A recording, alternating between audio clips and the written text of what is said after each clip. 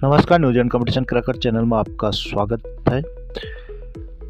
आज 3 फरवरी 2024 का दिन है और इसमें 2 फरवरी 2024 की घटनाओं को करंट अफेयर के रूप में इस वीडियो में लाए हैं।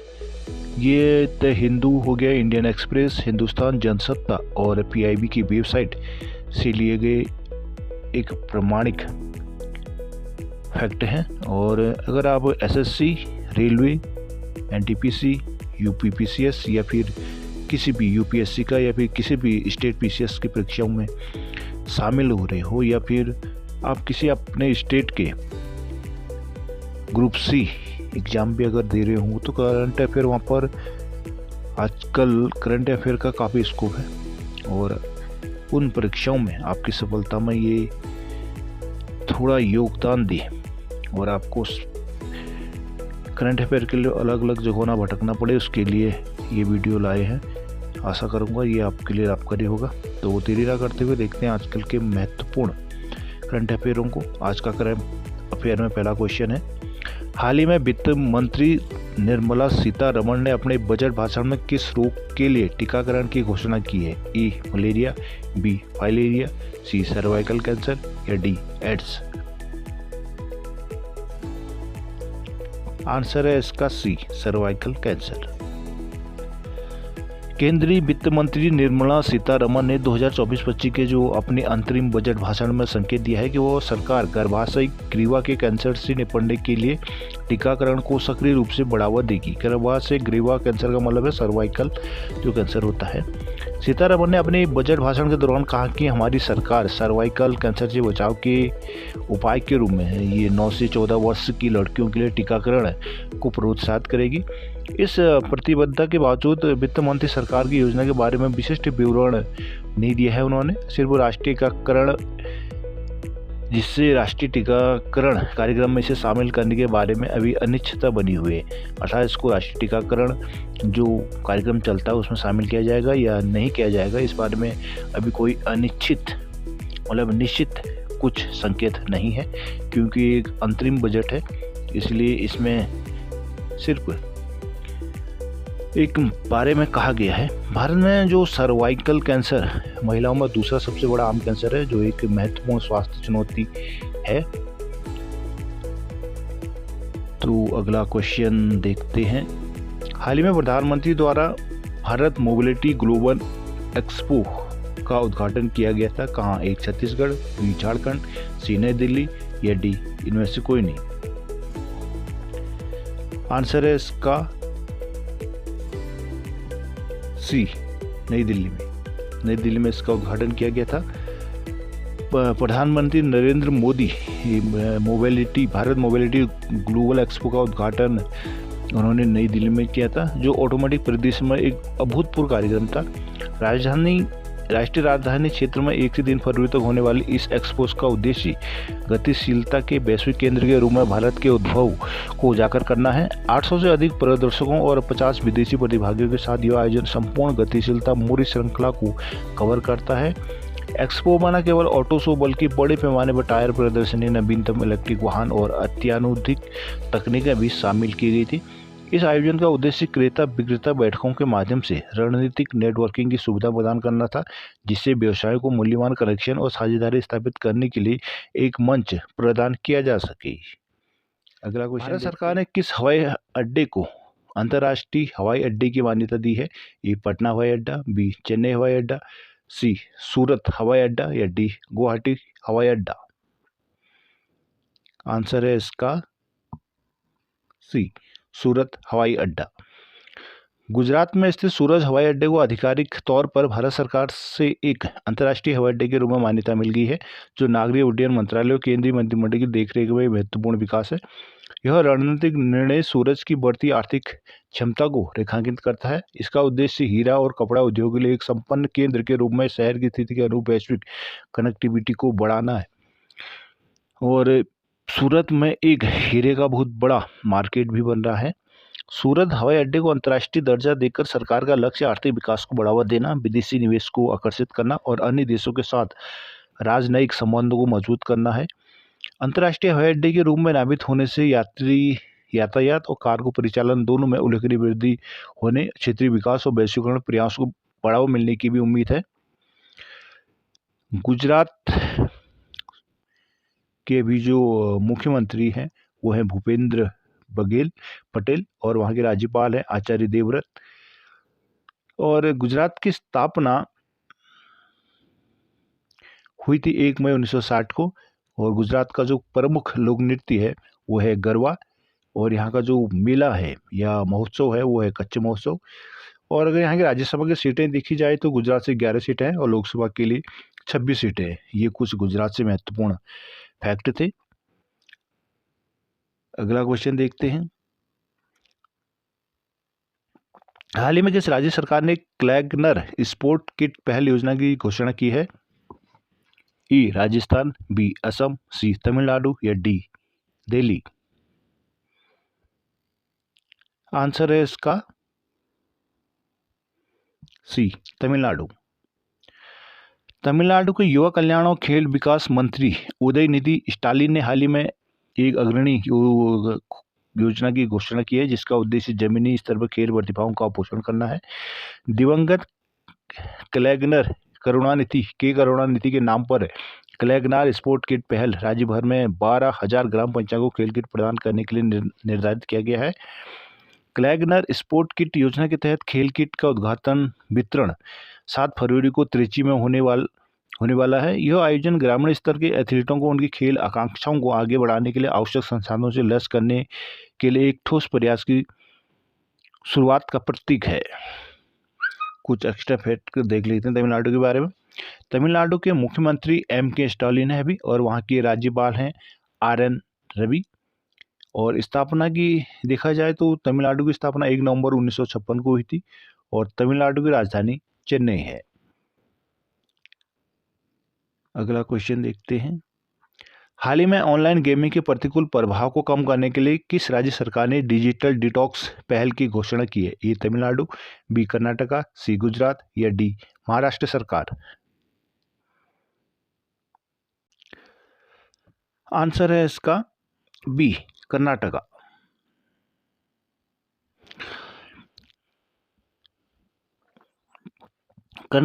कर्नाटक सरकार ने एक जिम्मेदार गेमिंग वातावरण बनाने के लिए एक अभूतपूर्व डिजिटल डिटॉक्स पहल की घोषणा की है। अत्याधुनिक ऑनलाइन गेमिंग का जो प्रतिकूल प्रभाव को कम करने के लिए यह पहल की गई है। कर्नाटक की डिजिटल डिटॉक्स पहल का जो मुख्य उद्देश्य है वो डिजिटल और गेमिंग क्षेत्रों में संयम और जिम्मेदारी व्यवहार को बढ़ावा देना है। निर्धारित अवकाशों की वकालत करके ऑफलाइन गतिविधियों को प्रोत्साहित करके सरकार का लक्ष्य है कि डिजिटल लत जो आजकल के युवाओं को लग रही है कि जोखिम को कम करना है, शारीरिक स्वास्थ्य और मानसिक कल्याण को बढ़ाना और सार्थक सामाजिक संपर्क और वास्तविक दुनिया के कनेक्शन को बढ़ावा देना है। कर्नाटक के बारे में कुछ एक्स्ट्रा फैक्ट देख लेते हैं। कर्नाटक के मुख्यमंत्री अभी सिद्धारमैया हैं और स्थापना देखी जाए कर्नाटक के तो 1 नवंबर 1956 को ही हुआ है। और यहाँ के राज्यपाल जो अभी थावर चंद गहलोत है। कर्नाटक की राजधानी बेंगलोर है। कर्नाटक के लिए राज्यसभा से 12 सीटें और लोकसभा के से 28 सीटें कर्नाटक से आती हैं। और कर्नाटक का लोक नृत्य गुड़िया कुनुआ काफ़ी फेमस है। अगला क्वेश्चन देखते हैं। भारतीय नौसेना ने 2004 को किस नाम से घोषित किया है? आंसर इसका ए 2024 नई उम्मीदों का वर्ष, बी नौसेना नागरिकों का वर्ष, सी नई पहचान का वर्ष या डी सशक्त बनने का वर्ष। नौसेना नागरिकों का वर्ष दक्षता बढ़ाने और अपने नागरिकों की कार्यबल बढ़ाई के लिए एक रणनीतिक कदम है। भारतीय नौसेना ने 2024 को नौसैनिक नागरिकों का वर्ष घोषित किया है। यह पहल व्यापक नागरिक मानव संसाधन प्रबंधन को लक्षित करता है जिसमें प्रशासनिक दक्षता बढ़ाने, डिजिटल परिवर्तन को अपनाने, लक्षित प्रशिक्षण कार्यों को लागू करने और कर्मचारी कल्याण गतिविधियों को बढ़ावा देने पर ध्यान केंद्रित किया गया है। 2024 को नौसेना नागरिकों का वर्ष घोषित करना भारतीय नौसेना को अपने नागरिक कार्यबल को पहचानने और सशक्त बनाने की प्रतिबद्धता को रेखांकित करता है। लक्षित हस्तक्षेपों और रणनीतिक मामलों के माध्यम से नौसेना एक ऐसा वातावरण बनाना चाहती है जहां प्रत्येक सदस्य सैन्य और नागरिक समान रूप से पनप सके और देश के समुद्री सुरक्षा उद्देश्यों में योगदान कर सके। अगला क्वेश्चन देखते हैं।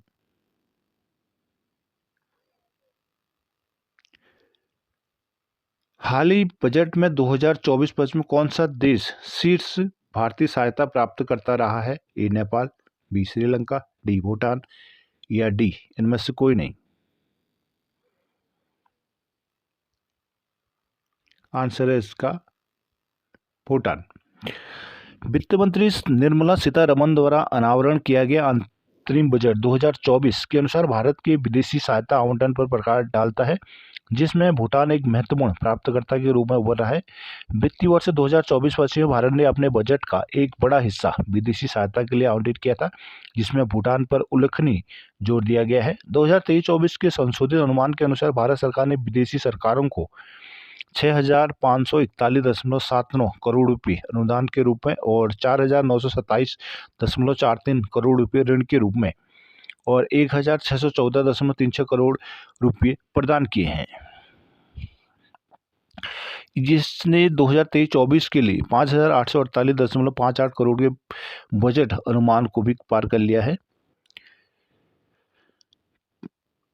अगला क्वेश्चन देखते हैं। 2024-25 के अंतरिम बजट में भारतीय रेलवे को मजबूत करने के लिए किन गलियारों का अनावरण किया गया है? आंसर इसका ए ऊर्जा, बी खनिज, सी सीमेंट या डी उपरोक्त सभी। आंसर है इसका डी उपरोक्त सभी। 2024-25 के अंतरिम बजट में केंद्रीय वित्त मंत्री निर्मला सीतारमण ने भारतीय रेलवे को मजबूत करने के लिए एक परिवर्तनकारी योजना का अनावरण किया है। पीएम गति शक्ति ढांचे के तहत सरकार का लक्ष्य 3 अलग अलग आर्थिक गलियारे स्थापित करने का है, जो ऊर्जा, खनिज और सीमेंट गलियारे कहलाएंगे। महत्वपूर्ण संसाधनों के कुशल परिवहन पर ध्यान केंद्रित करेगा। पोर्ट कनेक्टिविटी कॉरिडोर सुव्यवस्थित लॉजिस्टिक के लिए प्रमुख बंदरगाहों तक कनेक्टिविटी बढ़ाने का भी लक्ष्य इस योजना में है। और उच्च यातायात घनत्व गलियारे भीड़ भाड़ को कम करने और परिचालन दक्षता में सुधार लाने के लिए यह गलियारा बनाया जाएगा। इसके अतिरिक्त वंदे भारत मानकों को पूरा करने के लिए 40,000 कोचों के एक महत्वपूर्ण उन्नयन का प्रस्ताव भी आया है, जिससे यात्रियों के लिए एक बेहतर सुरक्षा, सुविधा और आराम सुनिश्चित हो सकेगा। अगला क्वेश्चन देखते हैं।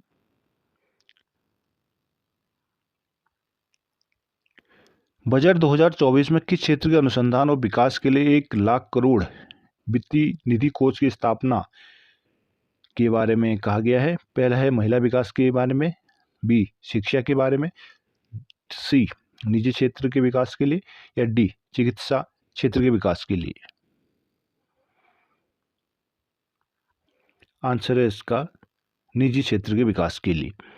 निजी क्षेत्र के भीतर अनुसंधान और विकास को बढ़ावा देने के लिए एक महत्वपूर्ण कदम के रूप में वित्त मंत्री निर्मला सीतारमण ने अंतरिम बजट 2024 की घोषणा के दिन दौरान 1 लाख करोड़ रुपए की पर्याप्त वित्तीय निधि की स्थापना का खुलासा किया है।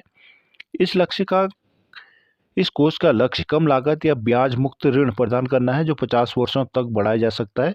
विशेष रूप से निजी उद्योग के भीतर अनुसंधान और नवाचार प्रयासों को बढ़ावा देने के लिए यह समर्पित होगा। निजी कंपनियां अब 1 लाख करोड़ रुपए के फंड के माध्यम से 50 वर्षों के लिए ब्याज मुक्त ऋण प्राप्त कर सकती है, जो दीर्घकालिक वित्त पोषण को बढ़ावा देगी और उभरते क्षेत्रों में अनुसंधान और नवाचार को भी प्रोत्साहित करेगी। अगला क्वेश्चन देखते हैं। आरबीआई का डिजिटल भुगतान सूचकांक सितंबर 2023 में कितना हो गया था? ए 395.57, बी 418.77, सी 405.99 या डी 425.75। आंसर है इसका 418.77। भारतीय रिजर्व बैंक का डिजिटल भुगतान सूचकांक आरबीआई डीपीआई सितंबर 2023 में बढ़कर 418.77 हो गया था, जो मार्च 2023 में 395.57 और सितंबर 2022 में 377.46 से मजबूत दिखता है। यह उल्लेखनीय वृद्धि मार्च 2023 के अंत तक डिजिटल भुगतान में 10.94 की वार्षिक वृद्धि के अनुरूप है, जो ऑनलाइन लेन देन को अपनाने की बढ़ती स्वीकार्यता को रेखांकित करता है।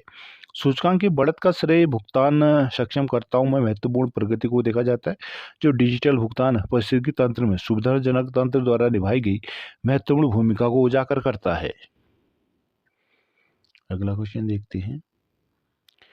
पीएम गति शक्ति शिखर सम्मेलन की मेजबानी किसने की थी? ए फिक्की, बी डीपी आईआईटी, सी उपयुक्त दोनों ने, या डी इनमें से कोई नहीं।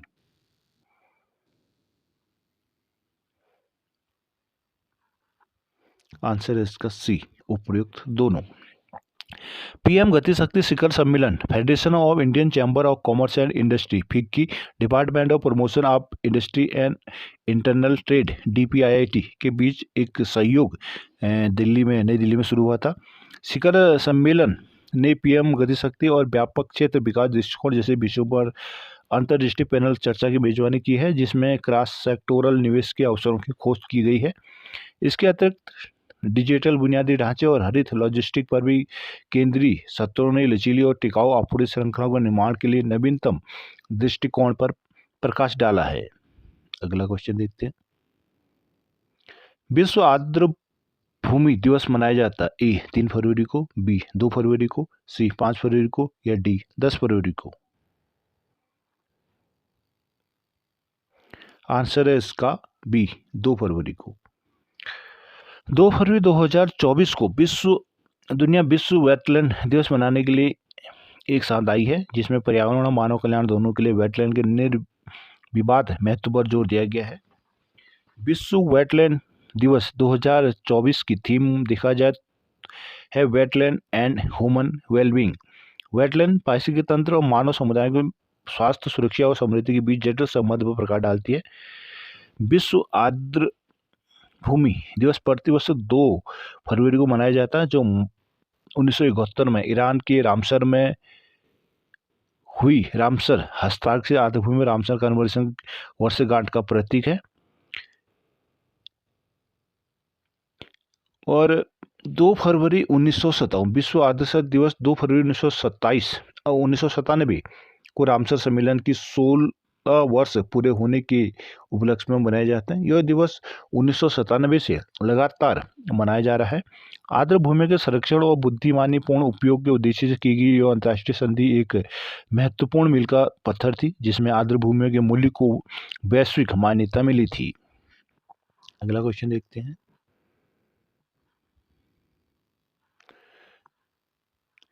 विश्व अंतर धार्मिक सद्भाव सप्ताह कब से कब तक मनाया जाता है? आंसर ए 8 से 14 फरवरी, बी 1 से 7 फरवरी, सी 15 से 21 फरवरी, या डी 1 से 10 फरवरी। आंसर है इसका 1 से 7 फरवरी। हर साल 1 से 7 फरवरी तक दुनिया वर्ल्ड इंटरफेथ हार्मनी वीक मनाती है, जो विभिन्न धर्मों के लोगों के बीच आपसी समझ, शांति और सद्भाव को बढ़ावा देने के लिए समर्पित है।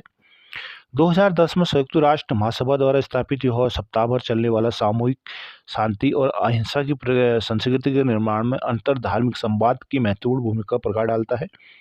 WIHW विभिन्न धार्मिक और आस्था परंपराओं में संवाद और समझ के मूल्य की एक शक्तिशाली अनुस्मारक के रूप में कार्य करता है। अक्सर धार्मिक गलतफहमियों और संघर्षों से विभाजित दुनिया में यह उत्सव लोगों को एक साथ लाने और मतभेद का जश्न मनाने और शांति की साझा लक्ष्य की दिशा में काम करने के लिए एक मंच प्रदान करता है। अगला क्वेश्चन देखते हैं। भारतीय दूरसंचार नियामक प्राधिकरण का नया अध्यक्ष किसे चुना गया है?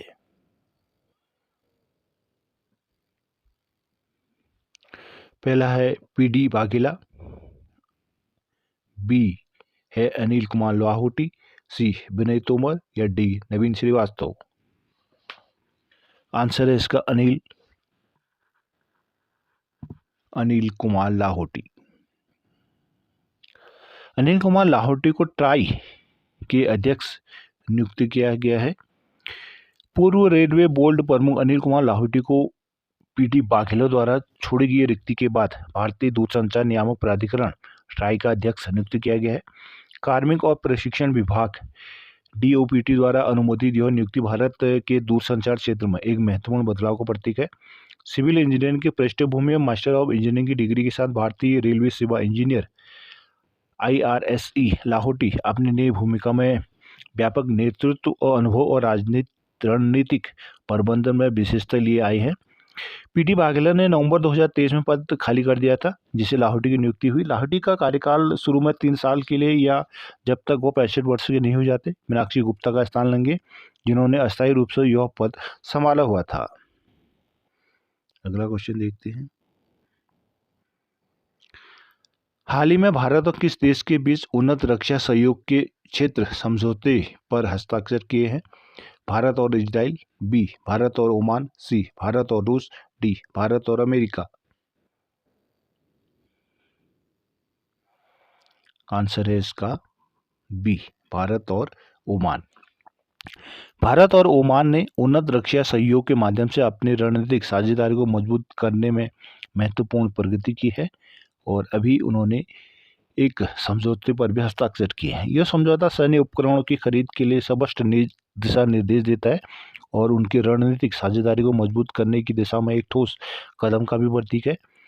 समझौता ज्ञापन संयुक्त अभ्यास, प्रशिक्षण कार्यक्रम और सूचना साझाकरण तंत्र सहित सहयोगी दल की एक विस्तृत श्रृंखला का मार्ग प्रशस्त करता है। ऐसे प्रयास भारत और ओमान के सशस्त्र बलों के बीच आपसी विश्वास और अंतर संचालनीयता को बढ़ावा देने में भी सहायक रहेगा।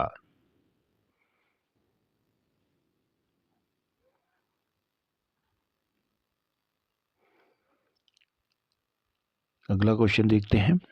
तमिलनाडु के राजनीतिक पार्टी तिमलगा वेट्टी कजगम किस अभिनेता से संबंधित है? ए रजनीकांत, बी विजय, सी महेश बाबू या डी नागार्जुन। आंसर है इसका विजय।